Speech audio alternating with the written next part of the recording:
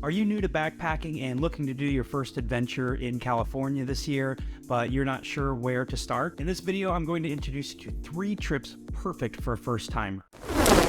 The Catalina Trail is a 38.5-mile trek that will take you from sandy beaches to rugged mountains and even past a bison preserve. Now you might be saying to yourself, 38.5 miles, that is a long way for a beginner to hike, but here's what I love about the Trans-Catalina Trail. You are never far from civilization on this trail. There are multiple bailout points, you go through 2 cities, there are just a lot of ways to cut your trip short or to change it around if things go wrong and you need to get off trail. Now I'm not going to sugarcoat it.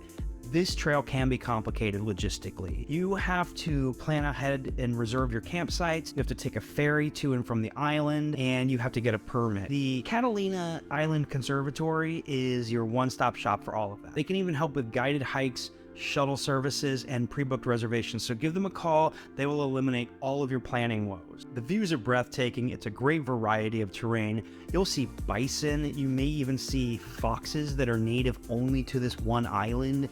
It's a really exciting hike if you want a diversity of landscapes and wildlife. The other great thing about Catalina is it's accessible year-round. Certainly there are times of the year when the weather is a little bit better, between April and November for instance, but there's not a bad time to hike Catalina.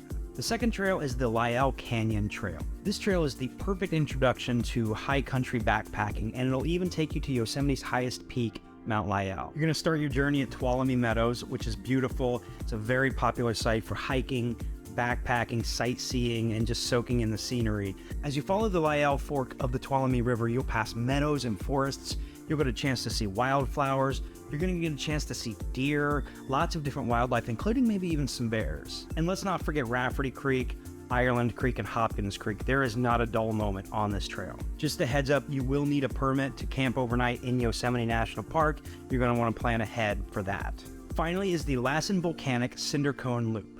This is a 24-mile trail that's going to take you past some of the most unique and breathtaking scenery you will ever see. It'll take you past the park's largest volcano, Lassen Peak, as well as some amazing volcanic features such as pumice flats, cinder cones, and lava tubes. And don't worry, even if you're new to backpacking, this is a great trail for you with minimal elevation gains, so you don't have to put in quite the amount of work to take in the breathtaking scenery all around you.